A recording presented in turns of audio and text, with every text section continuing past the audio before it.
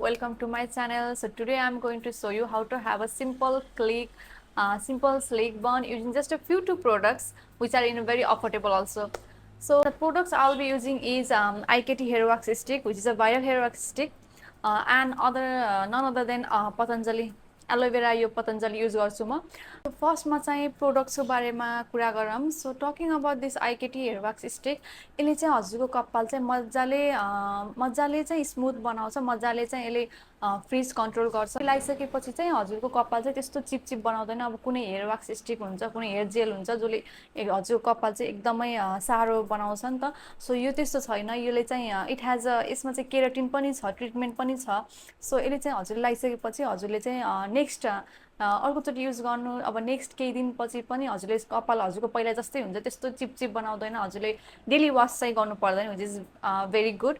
So यदि हजुरलाई यसको अल्टरनेटिभमा चाहिँ हजुरलाई यो महँगो लाग्यो भनेपछि यु क्यान डेफिनेटली युज पतञ्जलिको hair wax, Patanjali aloe vera jail.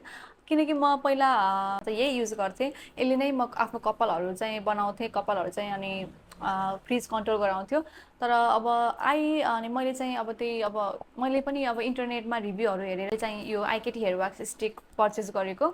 And talking about this price, यो चाहिँ हजुरलाई चाहिँ दराजबाट किन्नु भनेपछि अहिले चाहिँ सेल लागिरहेको छ, दसैँ सेल, जुनमा चाहिँ मैले चाहिँ पहिला किन्नु पर्दा I think it cost me around 600 rupees. तर अहिले चाहिँ हजुरले दराजमा हेर्नुभयो भनेपछि it will cost you around 300 rupees, which is very very affordable. So let's get into tutorial. So फर्स्टमा चाहिँ हजुरले एउटा नर्मल काइँयो लग्नु होला, अनि त्यो काइँयोले चाहिँ मजाले कपाललाई कोर्नु होला, किनकि पछि बन बनाउने बेला पनि कपाल जेलिन सक्छ. सो त्यसको लागि भनेपछि हजुरले मजाले काइँयोले कपाल कोर्नु होला. अनि म यसमा चाहिँ दुईवटा रबर युज गर्छु, एउटा मोटो अनि एउटा पातलो.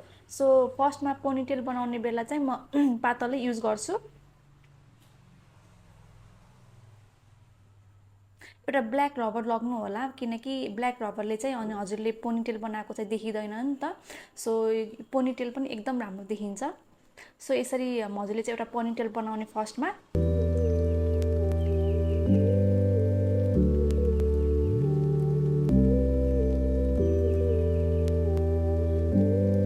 सो हेर्न सक्नुहुन्छ मैले त पोनीटेल बनाइहालेँ, तर मेरो कपाल चाहिँ अझै फ्रिजी छ एकदमै, हेर्न सक्नुहुन्छ.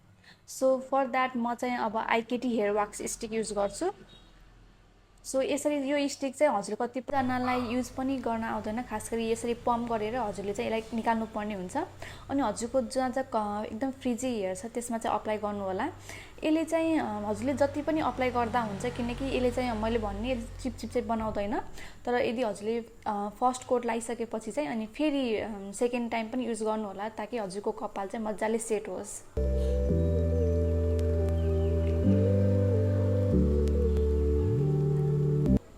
सो हेरिसक्नुहुन्छ मेरो कपाल अलरेडी फ्रिज कन्ट्रोल भइसकेछ. यसले मैले थोरै लगाए पनि मेरो कपाल चाहिँ मजाले सेट भइसकेको छ. सो अनि त्यसपछि हजुरले यसरी पछाडिको आफ्नो कपाललाई चाहिँ यसरी बेराएर हजुरले चाहिँ अनि यसको बन बनाउनु पर्ने हुन्छ यसरी मजाले.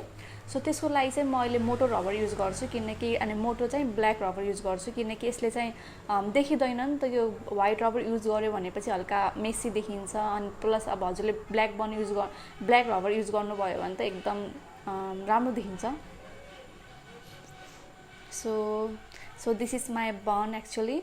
तर म के सजेस्ट पनि गर्छु भनेपछि मैले अब हजुरले एलोभेरा जेल लाउनु भयो भने पनि हजुरको कपाल चाहिँ मजाले सेट हुन्छ. यसले चाहिँ फ्रिज एकदम कन्ट्रोल गर्छ.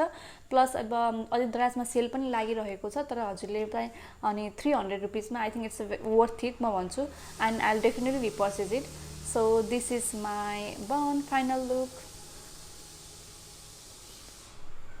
Thank you, and don't forget to like, share and subscribe my YouTube channel.